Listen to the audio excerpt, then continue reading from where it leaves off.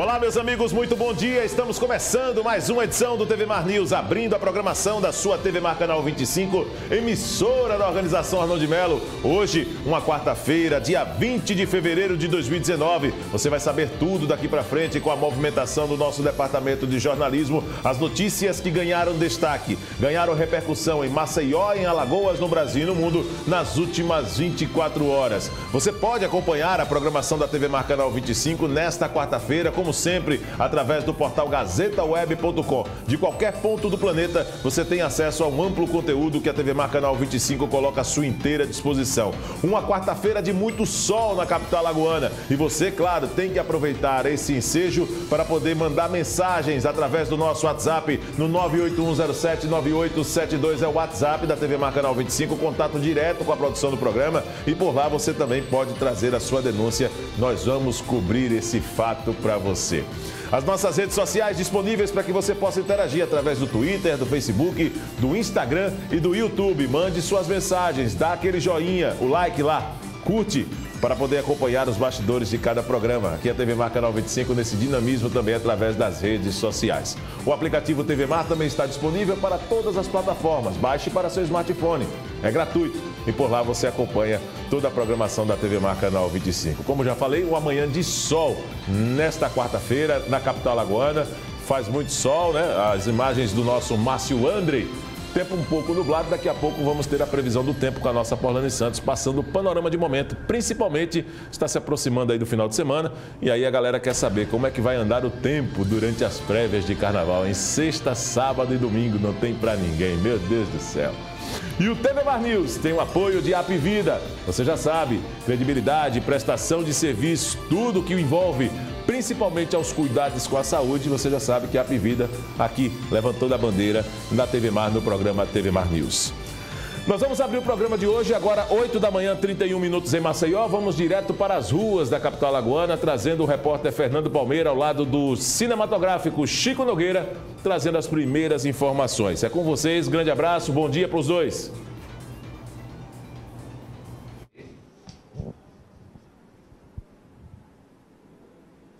Ok, um abraço, Derlan. Bom dia para todos, bom dia para você que nos assiste, para a nossa equipe.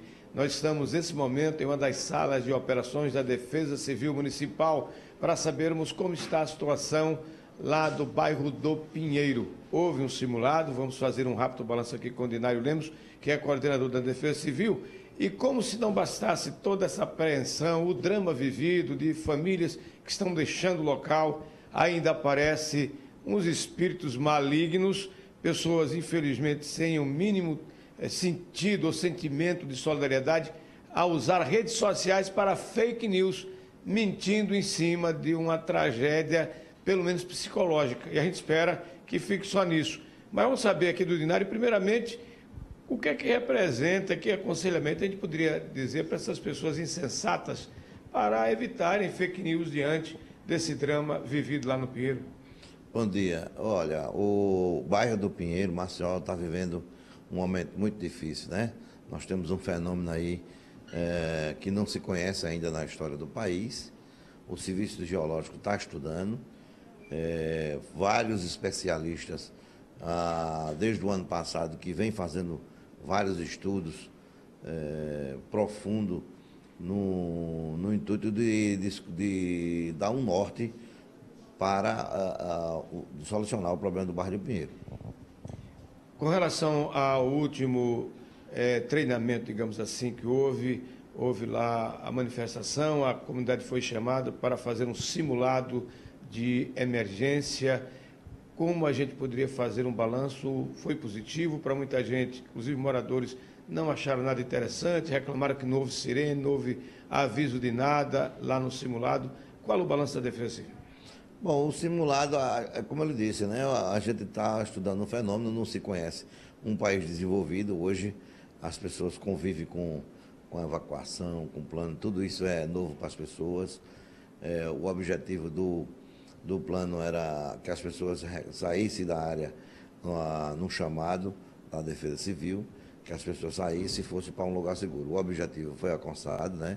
A gente tem uma expectativa aí de trabalhar aí com 1.500, 2.000 pessoas, chegou fala em 8 a 10 mil pessoas, Muita gente também, como você falou logo no começo do fake news, aproveita da oportunidade, querendo incendiar o momento tá de as pessoas entenderem que tem gente ali que está sofrendo, o bairro comercialmente está sofrendo, economicamente sofrendo, então acho que tem pessoas que nasceu ali, se criou-se ali, e a gente no momento de trabalhar com os pesquisadores para descobrir o fenômeno, algumas das pessoas usam desse momento para aterrorizar e começam a falar fake news, começam a soltar histórias e as pessoas começam a reproduzir. Quando alguém passa uma mensagem dessa, sabe? Você ouviu isso, é porque a pessoa também está produzindo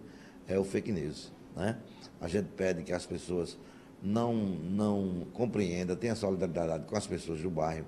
Nós precisamos ser uma sociedade solidária com as pessoas, precisamos passar por esse momento. Nós estamos trabalhando preventivamente de retirar essas pessoas até que os estudos sejam solucionados, né? Acredita que 90, 60 dias ele tenha, 60 dias tem um primeiro estudo preliminar e até o final de julho ele tenha um conclusivo. De modo que a gente pede que as pessoas mantenham a calma, né? Não use o bairro do Pinheiro para fazer esse tipo de situação, porque tem pessoas que estão apavoradas, nós temos idosos, nós temos pessoas com deficiências no bairro, nós precisamos ter muita calma para que a gente possa fazer o atendimento com as pessoas e as pessoas sejam solidárias também com o bairro do Pinheiro. O bairro do Pinheiro não pode servir de chacota. Nós temos uma sociedade, Marcel, precisa, como a gente está mostrando, o poder público de tirar as pessoas, de fazer o serviço preventivo, as pessoas também, a sociedade tende a colaborar com o serviço público para que as pessoas do bairro não fiquem servindo de chacota. E lembrar que é crime, o fake news, o trote e Polícia Militar, Ministério Público, todos atentos para, inclusive, identificar, como já tem identificado, figuras que estão cometendo esse tipo de crime e que devemos reprimir isso. Agora, com relação à parceria do Ministério Público, como tem sido o acompanhamento com outras entidades, com outros órgãos aí? Ministério Público Estadual, Ministério Público Federal, hoje temos uma reunião com o Ministério Público do Trabalho, está todo mundo com o objetivo de ajudar o bairro, de a gente arrumar fiscalizar isso aí, para que a gente possa arrumar uma solução o mais rápido possível e tirar, pelo menos, essa dor que passa o povo do Pinheiro. Técnicos e equipamentos, agora são análises com mais profundidade de prospecção para saber se há realmente alguma caverna gigante, se há algum risco realmente de acomodação ou mesmo desabamento, além das rachaduras. Você tem acompanhado de perto esse trabalho, onde avançamos em termos de equipamentos, de análise, de técnicos também, e há uma previsão para quando, pelo menos, se pode dar um primeiro diagnóstico mais preciso, tranquilizador ou não, para que a prevenção aconteça na retirada definitivamente, principalmente das áreas que são passíveis de problemas graves. Bom, os trabalhos estão bem avançados, a geofísica que estuda com profundidade já se chegou a 100 metros, 150 metros.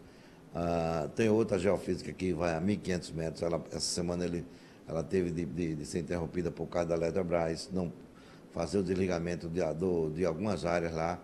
Eles estão retornando sexta-feira, a equipe foi para a Bahia fazer um trabalho para a Petrobras. Já está tudo programado para a Eletrobras, a partir de sexta-feira, entregar algumas quadras dali. Você vai precisar fazer o desligamento. O radar, que eles compraram, a imagem de radar, eu acredito que o final desse mês já deve estar pronto, né? Foi trabalhado isso aí em novembro, então eles começaram a processar em janeiro. Acredito que final de fevereiro já está pronto, então eu acredito que até o final de fevereiro, ou meado de maio, de março, né? O Serviço Geológico do Brasil ele vai ter o primeiro resultado preliminar para que a população se sinta mais calma. Todas as medidas preventivas, as cautelas, os técnicos estão aí apontando, já houve esse mapeamento, não há o que temer nem ter pânico. Vamos aguardar com muita calma o resultado de todas essas pesquisas abalizadas com profundidade, para a gente sim ter um diagnóstico e aí definitivamente se resolver o destino da população ou parte da população do bairro do Pinheiro. Para aqueles que, infelizmente, querem fazer o pânico cada vez maior, é bom acabar com isso, porque a tecnologia já sabe onde buscar, de onde saiu o fake news, o trote, e tem sim penalidade segundo o Código Penal brasileiro. Então vamos evitar, vamos prestar solidariedade e não fazer esse pandemônio cada vez maior, esse pânico que a população já está, como diz o Dinário, já está muito saturada. Com as imagens do Chico Nogueira, aqui da Defesa Civil Municipal, Fernando Palmeira, para a TV Mara News. É com você, meu caro Viderlan Araújo. Muito bem, Fernando Palmeira. Pois é, essas almas malignas, como você colocou na abertura dessa sua participação, Fernando Palmeira, elas podem sim responder criminalmente quando se trata de propagação de notícia falsa através da internet. Isso já está previsto em lei também, uma punição, uma pena para as pessoas que cometem esse tipo de crime. Um outro assunto que nós vamos trazer agora, aqui neste momento, do TV Mar News, é que o Ministério Público está atento ao aumento no número de casos de pedofilia, para explicar como combater, denunciar e evitar também que crianças sejam vítimas. Nós vamos conversar com a promotora de justiça, doutora Dalva Tenório, que está aqui conosco nos estúdios. Doutora Dalva, seja bem-vinda, muito obrigado, inclusive, pela presença. A pedofilia tem sido um problema recorrente para o Ministério Público e, naturalmente, para a sociedade brasileira. Bom dia. Bom dia e obrigada pelo espaço. Realmente é um problema sério que nós temos nas 59 e 60 promotorias criminais. Nós temos uma violência generalizada e especificamente essa violência sexual, não é? Essa atração que o adulto tem por criança. E isso tem maltratado muito e nós temos feito um trabalho de prevenção, porque na realidade a nossa promotoria ela trabalha com o crime contra a criança e nós temos que punir. Mas hoje nós estamos tentando fazer um trabalho de prevenção. E como seria essa prevenção?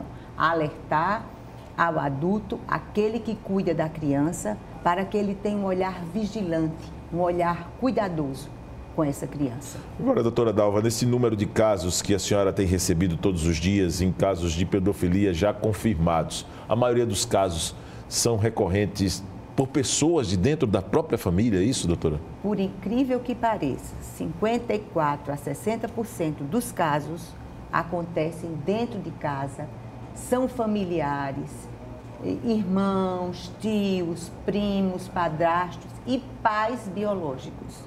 E muitas vezes com a conivência dos adultos. E essas crianças sofrem até chegarem na escola, não é? E lá conversarem com as amiguinhas, com os professores, e daí nós conseguimos detectar. Mas até o momento que elas começam a conviver em sociedade, essas crianças sofrem dentro de casa esses abusos. Agora, isso é claro que o agressor é uma ação silenciosa. Mas existe um perfil já para se definir esse tipo de comportamento de um pedófilo? O que é que a senhora poderia orientar para o nosso telespectador? Para que aquele que está acompanhando o nosso programa, ele passe a observar uma mudança de comportamento, por exemplo, não só do agressor, mas também da vítima, da criança neste caso. O primeiro sintoma que deve ser percebido são até sintomas físicos. Muitas vezes a mãe disse, doutora, a minha criança chegava em casa com a genitália machucada e eu achava que ela tinha caído, que ela na escola não tinha sido limpo perfeitamente e depois descobri que ela era abusada dentro da minha própria casa, por um tio, por um vizinho, por um padrasto. E tem também o comportamento da criança, fica chorona, arredia, muitas vezes para de comer. Olha, quando uma criança está sendo abusada, ela demonstra com atos, ela demonstra com ações. É só ter um adulto que perceba, um adulto cuidadoso. E esse cuidado se estende a outros familiares também. Se você tem crianças na família, perceba, converse com ela. Porque a criança, muitas vezes, se ela sentir confiança, ela verbaliza, ela diz o que está acontecendo, ela desenha. ela mostra o terror àquele adulto que está machucando ela. Agora, doutora, estamos conversando, inclusive, com a doutora Dalva Tenório, ela que é promotora de justiça, a respeito dos casos de pedofilia e o número mesmo de casos que o Ministério Público tem ficado atento para tentar resolver e, dentro das condições legais estabelecidas por lei, naturalmente aplicar a punição. Doutora Dalva, a respeito da negligência, existe uma negligência ou até mesmo uma certa ingenuidade das mães e que acaba também provocando essa condição vulnerável para as crianças? Vou citar um exemplo. A mãe, ela muitas vezes arruma uma relação amorosa e que gera uma confiança, mas num curto espaço de tempo. Deixa filho à disposição dessa pessoa que ela está se relacionando. Isso acaba também gerando uma condição de fragilidade que potencializa esse tipo de situação? É verdade. Nós temos alertado muito.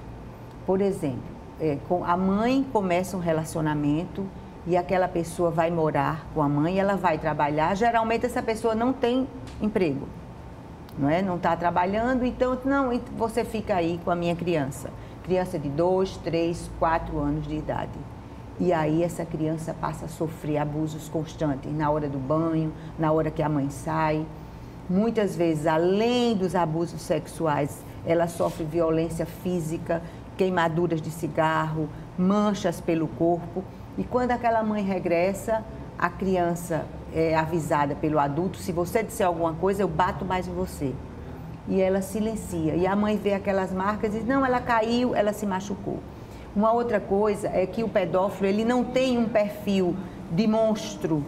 Ele não é aquele monstro que a gente vê, é aquela criatura horrorosa. Muitas vezes eles são até doces. Eles gostam da criança, eles procuram aliciar a criança. São pessoas normais, são pessoas que convivem normalmente na sociedade. E é por isso que é tão difícil que o adulto acredite na criança quando ela diz que está sofrendo aquele tipo de abuso. Porque é uma pessoa tão boa, uma pessoa que convive tão bem com todos, trata aquela criança com tanto carinho, e a criança, até por medo, não repele quando ele se aproxima na frente de outras pessoas. Então, eu sempre digo, tem que ter um olhar cuidadoso, conversar com a sua criança, perceber o que está acontecendo. Agora, nesse tipo de parâmetro que o Ministério Público tem acompanhado, além dos casos que ocorrem dentro das próprias residências e muitas vezes provocados pelos familiares, existe também envolvimento de figuras que têm um certo poder perante a sociedade, perante aquela comunidade, como líderes comunitários, figuras de alto destaque nas questões, principalmente nas questões religiosas. Gostaria que a senhora falasse também se tem chegado esse número de casos no Ministério Público. Vários, inclusive durante esses últimos 15 dias, eu tive de 3 a 4 audiências com processos de líderes religiosos, de várias religiões, que a comunidade acredita nele, aceita ele como líder e muitas vezes ele leva aquela criança para casa. Um dos casos que eu tenho, o líder religioso disse: vou tirar um mau espírito dessa criança, de 11 anos de idade, uma menina de 11 anos de idade, levou essa criança e abusou dela. Dentro de casa, com a família dele, com a esposa em casa. E você percebe que há um certo silêncio em torno disso. Que as próprias obreiras daquela religião ou daquela seita, elas aceitam esse tipo de comportamento e defendem esse comportamento. Então, você percebe que está existindo uma certa alienação. E é por isso que as famílias devem ficar atentas, cuidadosas. Sim, com certeza. E a respeito dessa figura que muitas vezes se apresenta com uma condição de confiança mesmo da sociedade. Há uma alternativa, doutora, na sua opinião, para poder diminuir esses casos? E tentar fazer com que as pessoas estejam mais preparadas, sem essa venda nos olhos, para entender que ali está se tratando também de um objeto que está sendo tratado contra a lei, que fere as barras da lei, doutora? Existe. Eu acho que só existe... Não, eu não acho, eu tenho certeza que a pedofilia só acontece quando aquela criança, aquele adolescente não está sendo cuidado, não está sendo observado. Nós, inclusive... Nós temos um colega, Lucas Charxida, que ele trabalha conosco, e nós fizemos o levantamento e percebemos que existia uma lacuna quanto às denúncias, não é? E nós criamos um programa chamado Notificar é Preciso. E nós fomos aos hospitais, aos postos de saúde, conversamos com o médico, com os assistentes sociais, porque nós percebemos em uma das reuniões que existiam adolescentes de 12, 13 anos tendo filhos. E não eram notificados. Como assim? Se sexo antes de 14 anos é considerado crime, não é? Então, aquelas crianças tinham os bebês e nós, do Ministério Público, não tínhamos conhecimento. Então, nós estamos fazendo um trabalho chamado Notificar é Preciso e as famílias têm que ficar vigilantes. Porque a partir do momento que uma criança, para mim é uma criança ainda, de 12 anos, um adolescente de 13, ela é mãe, uma grande parte da vida dela é destruída. Com certeza, né? As memórias, a memória ela fica totalmente destroçada na situação. Destroçada. E muitas vezes, quando elas vão para os hospitais procurar médico, elas não dizem quem é o pai da criança. Elas não verbalizam, porque muitas vezes é o próprio pai, é o padrasto. Elas foram abusadas dentro da própria casa.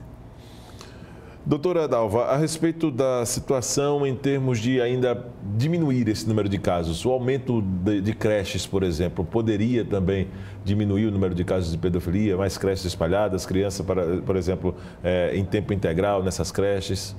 É uma luta nossa, não é? Conseguir que a prefeitura construa creches em todos os bairros, porque você imagine que aquela criança, quando ela está numa creche, além dela estar protegida, porque quando a mãe vai trabalhar e não tem onde deixar aquela criança, deixa com o tio, com o primo, com o vizinho e expõe a criança. E protege até aquela criança que é abusada dentro de casa. Porque quando ela vai para a creche, ela tem contato com outros adultos e aquelas pessoas cuidadoras de crianças na creche já percebem quando ela está sendo abusada. Então, a creche é primordial, é uma das políticas públicas que nós temos que exigir. E eu aqui peço à população que se junte a nós, que exija, que solicite, que busque creches em todos os bairros. Vamos proteger nossas crianças. Uma última colocação, doutora, já agradecendo antecipadamente a sua participação, gostaria que a senhora deixasse os números para contato, para denunciar em casos de pedofilia, qualquer tipo de movimentação suspeita, mas que se encaixe nesses parâmetros que a senhora trouxe nessa entrevista, esse número de casos de pedofilia que só tem crescido e que o Ministério Público tem atuado. Muito obrigado pela presença. Eu que agradeço e lembro à população que não esqueça que existem conselhos tutelares em todos os bairros e qualquer denúncia deve ser dirigida inicialmente ao Conselho Tutelar, que tem o poder de polícia de proteger inicialmente aquela criança. E depois procure a delegacia da criança, que é uma delegacia especializada ali no Jacintinho.